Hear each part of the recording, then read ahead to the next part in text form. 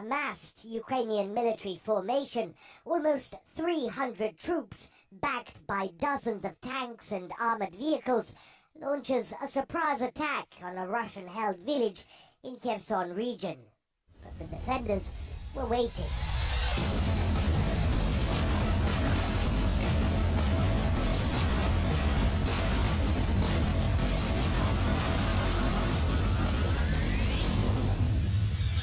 Rockets, missiles, shells rain down on the Ukrainian offensive.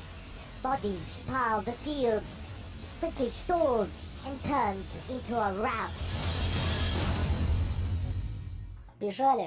They ran, those who could get away.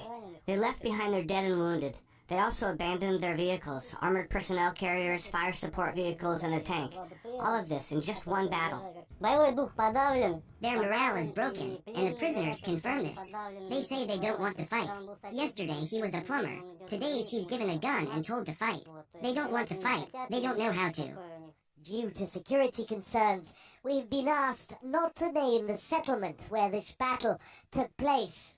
It is still too dangerous to visit, but abandoned Ukrainian armor is already being hauled away.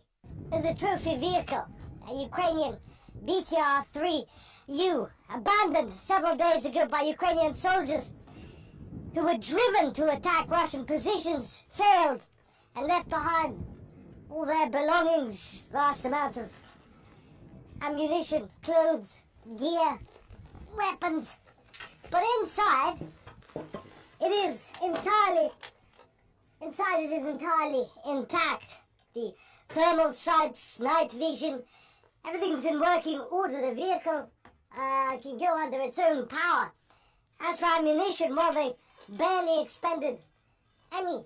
So quick was their retreat.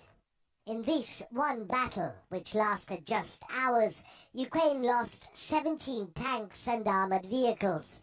120 Ukrainian soldiers and mercenaries were killed and left behind. Among them, Polish citizens. Their identification documents were found amongst the corpses.